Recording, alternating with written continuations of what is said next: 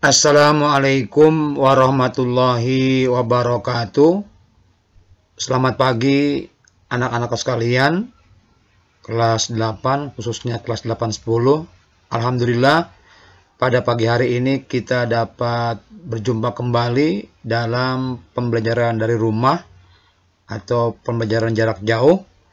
Kesempatan pagi hari ini kita akan membahas pokok bahasan kedatangan bangsa-bangsa Eropa ke Indonesia. Jadi pokok bahasan kita pagi hari ini, anak sekalian, kedatangan bangsa-bangsa Eropa ke Indonesia. Anak sekalian, sebelum kita belajar, mari kita berdoa menurut agama dan percaya masing-masing. Berdoa, kita mulai.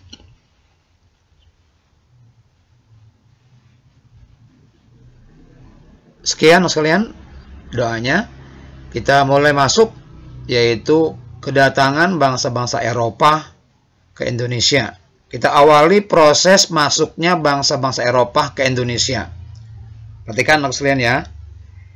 Yang pertama kita lihat peran Indonesia dalam perdagangan dan pelayaran antara Asia dan Eropa. Ada dua faktor utama mengenai peran Indonesia. Yang pertama, letak Indonesia berada pada jalur pelayaran Asia dan Eropa. Yang kedua, Indonesia penghasil rempah-rempah terbesar di dunia.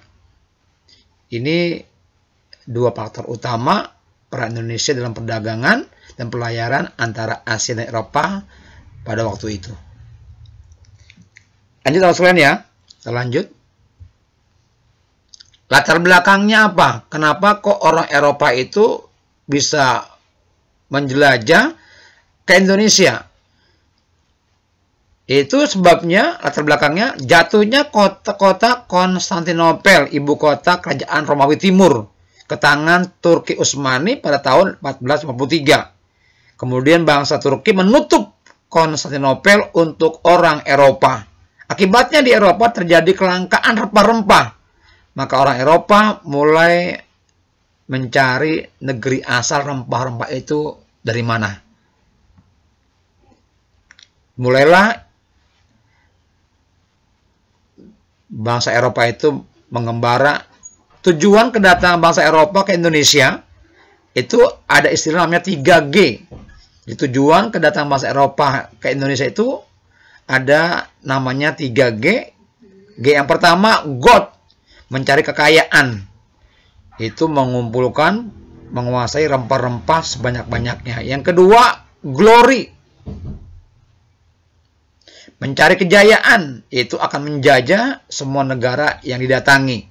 Yang ketiga, gospel, menyebarkan agama Nasrani. Inilah tujuan kedatangan bangsa Eropa ke Indonesia dengan 3G, God, yaitu mencari kekayaan atau emas, glory, mencari kejayaan, menjajah, dan gospel, menyebarkan agama Nasrani. Ini 3G tujuan bangsa Eropa datang ke Indonesia. Pelopor penjelajahan samudra. Yang pertama, negara Portugis duluan. Diawali oleh Bartholomeus Dias tahun 1486. Mulai pecah sendiri ya anak sekalian ya, Bapak ngejelasin semuanya. Pertama, Bartholomeus Dias tahun 1486. Itu lihatin dari mana mulainya. Ya. Perhatikan.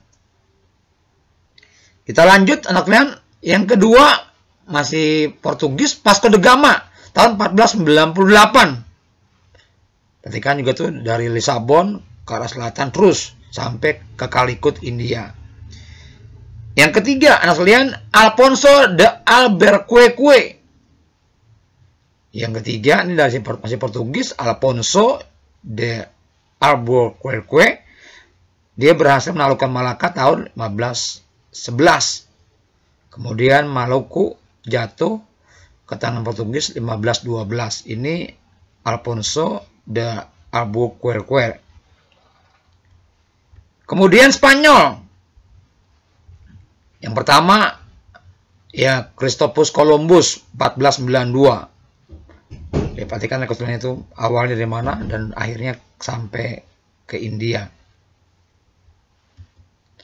Kemudian yang kedua masih Spanyol, ekspedisi Magellan dan Kano 1521. Itu dari Spanyol ke arah barat menguasai Samudra Atlantik, terus terakhirnya ke Afrika Tanjung Harapan, ya.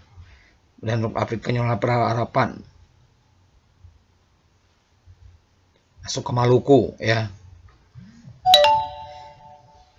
Dasarnya apa?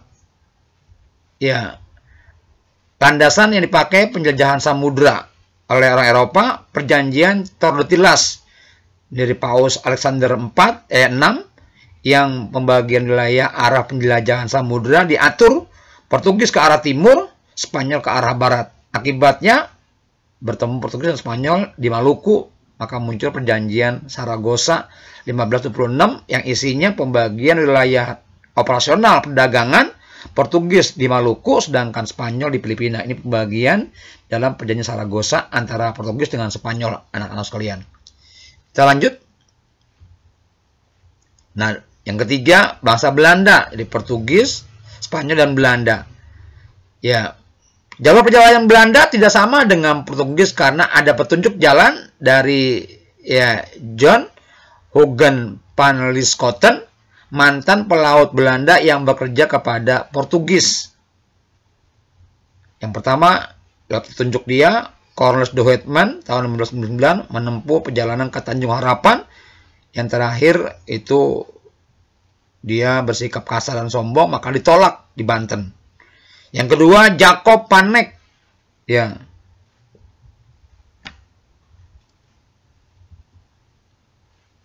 Nah, dari Belanda ini untuk menguasai perdagangan didirikanlah namanya POC, Verenigde Oost-Indische Compagnie, yaitu Persekutuan Perdagangan India Timur. POC didirikan pada tanggal 20 Maret 1602 dengan Gubernur Jenderal pertamanya Peter Both. Tujuannya menghindari persaingan dagang antar sesama pedagang Belanda, memonopoli rempah-rempah di Hindia Timur, kemudian menghadapi persaingan dengan para pedagang asing. Yang keempat, menghadapi kerajaan-kerajaan di Indonesia. Ini tujuan didirikannya POC, anak sekalian. Lanjut ya.